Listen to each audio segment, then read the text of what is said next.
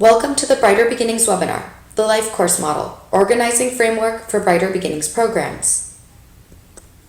What is the Lifecourse perspective?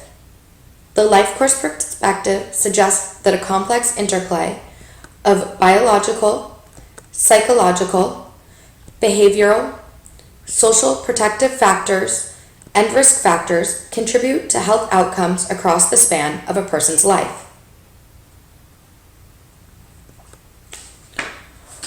According to the Lifecourse model, disparities in birth outcomes result from differences of protective and risk factors between people over the course of their lives.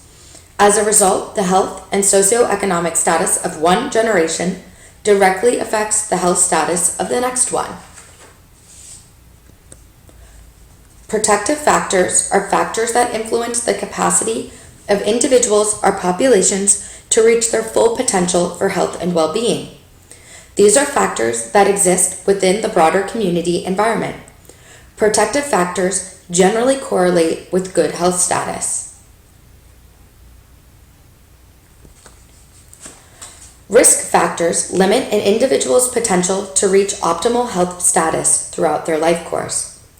Community environments where exposure to risk factors are high generally correlate with increased rates of diabetes, heart disease, and low birth weight, generally poor health status. There are 4 key concepts of the Lifecourse framework. Key Lifecourse Concept 1. Timeline. Today's experiences and exposures influence tomorrow's health. Health develops over a lifetime, with health improving or diminishing based in part on exposures to the risk and protective factors we looked at earlier. Timeline emphasizes the importance of cumulative impacts on an individual's lifespan and across generations.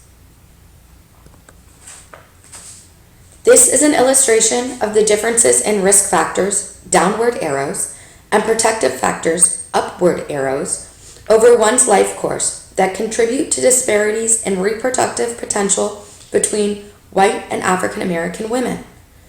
In this graph, we can see risk factors greatly decrease the reproductive potential of African American women.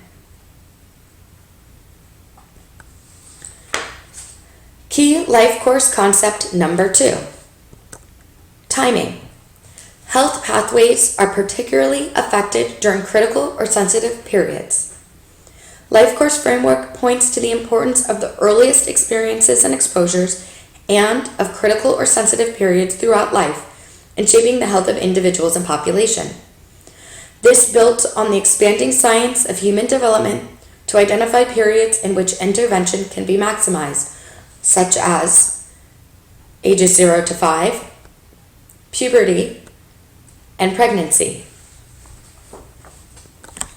Key Lifecourse Concept number 3. Environment. The broader community environment strongly affects the capacity of one to be healthy. Lifecourse framework recognizes that physical, social, and economic environments play an important role in shaping health and disease patterns across populations and communities.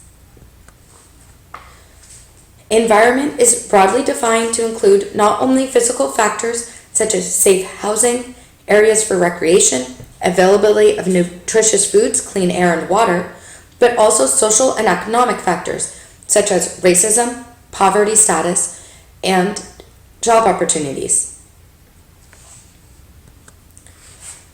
Key Lifecourse Concept number 4. Equity.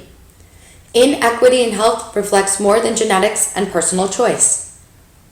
The Lifecourse framework seeks to explain health disparities across populations and within communities. Persistent differences in health cannot be explained solely in terms of genetic makeup or individual choice, but rather reflect the impact of the broader societal and environment conditions over time that were mentioned previously. Disparities in life circumstance or population groups within our society, such as poor versus rich, black versus white, lead to disparities in health across these same groups. Lifecourse fact. Your mama's health matters. Being born a healthy weight predicts healthy physical, social, and intellectual development. Low birth weight children are more likely to show heightened risks for problems in school as early as kindergarten, while very low birth weight children are less likely to graduate from high school or be enrolled in a 4-year college and more likely to have lower IQ scores. Where you live affects your health over the course of your lives. Children with elevated levels of lead in their blood, often from housing built pre-1970, can have serious neurocognitive defects, including decrease in IQ, increased rates of ADHD, learning disabilities, and emotional or behavioral disabilities. Question to discuss with your supervisor. What are the implications of the Lifecourse perspective, models, and frameworks in your work at Brighter Beginnings? Thank you.